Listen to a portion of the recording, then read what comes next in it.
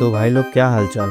Episode की शुरुआत होती है चाइल्ड एम्परर और वागमा से। वागमा पूछता है, यहाँ से निकलने के बाद तुम मुझे मेरे डैड तक छोड़ दोगे ना। चाइल्ड एम्परर बोलता है, मैं तुम्हारे साथ ज्यादा दूर तक नहीं जा पाऊंगा, लेकिन ऊपर और भी हीरोज हैं जो तुम्हें प्रोटेक्ट करेंगे। वागमा थोड़ा डरे हुए अंदाज में पूछता है, वो हीरो जेस क्लास के नहीं है क्या। चाइल्ड एम्परर जवाब देता है, तुमने मुझे फाइट करते हुए देखा है ना, दुश्मन बहुत स्ट्रांग है। मुझे वापस नीचे जाना होगा क्योंकि मेरे साथी मिलकर काम नहीं कर पाते, किसी को तो उन्हें लीड करना पड़ेगा। वागमा बोलता है, लेकिन तुम तो बच्चे हो और वो सब बड़े हैं। चाइल्ड एम्परर कहता है, अभी इस बात का टाइम नहीं है, वैसे भी मैं अपने क्लास का मॉनिटर हूँ, बस स्कूल ज्यादा नहीं जाता। तभी उसे बाहर निकलने का रास्ता दिख जाता है और वागमा से बोलता है, चलो बाहर चलते हैं। ऊपर पहुंचकर चाइल्ड एम्परर टीम को बताता है कि मैं वागमा को सुरक्षित ले आया हूँ, रेस्क्यू मिशन कंप्लीट हो गया है। लेकिन कोई रिप्लाई नहीं आता। चाइल्ड एम्परर सोचता है, मैंने तो सबको ट्रांसमीटर यूज करना सिखाया था। सेकिंगर कहता है, हो सकता है सब लोग लड़ाई में बिजी हो। अभी ज़ॉम्बी मैन और एमआई मास्क के मैसेज आते हैं। एमआई मास्क बोलता है,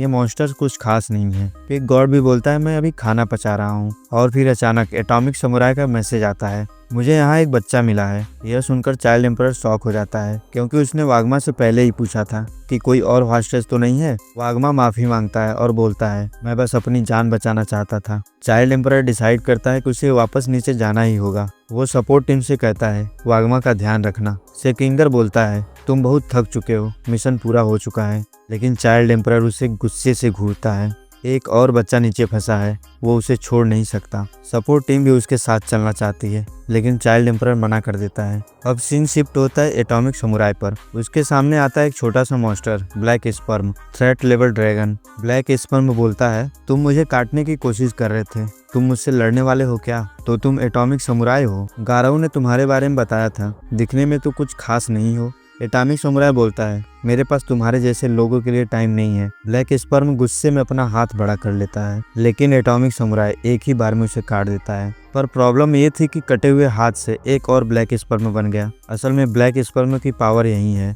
जितनी बार उसे काटो उतनी बार मल्टीप्लाई होता जाता है।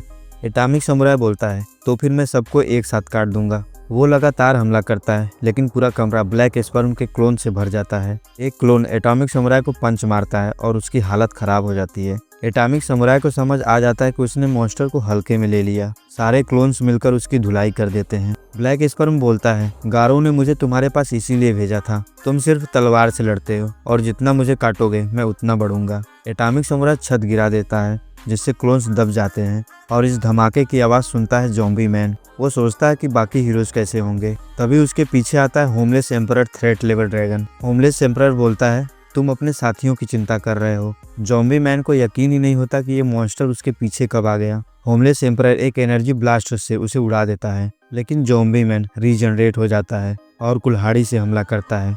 होमलेस एम्परर फिर से उसका सिर उड़ा देता है। ज़ॉम्बी मैन गन निकाल कर शूट करता है, लेकिन होमलेस एम्परर सब कुछ एनर्जी से रोक देता है और बड़ा ब्लास्ट कर देता है। ज़ॉम्बी मैन बोलता है, मेरे पास आर्मर नहीं है, सुपर पावर नहीं है, बस एक खासियत है, मैं मरता नहीं। होमलेस एम्परर अपनी कहानी सुनाता है। वो बताता है कि वो पहले बेघर था, जॉब चली गई थी, सोसाइटी ने उसे निकाल दिया था। वो इंसानों से नफरत करने लगा क्योंकि वो पृथ्वी को बर्बाद कर रहे थे। तभी उसके सामने गॉड प्रकट हुआ और उसे डिवाइन पावर दी। ज़ॉम्बी मैन सरकास्टिकली पूछता है, उसके पास आईडी थी क्या? होमलेस एम्परर गुस्से में बोलता है, गार्ड को पहचानने की जरूरत नहीं होती। अब सीन शिफ्ट होता है साइतामा पर। वो धमाकों की आवाज सुनकर सोच रहा है कहीं उसकी बिल्डिंग टूट न जाए। दूसरी तरफ प्योर प्रिजनर कई मॉन्स्टर से घिरा हुआ है, लेकिन उसे कुछ नहीं होता। वो बोलता है, मैं दर्द में भी प्यार देखता हूँ, मेरे टेक्निक है एंजल हक। मॉन्स्टर भागने लगता है, तभी आता है वैक्यूमर। वो बाकी मॉन्स्टर को खींचकर उसकी पावर एब्जॉर्ब कर लेता है। वैक्यूमर बोलता है, अब मैं सारे हीरोज को हरा दूंगा।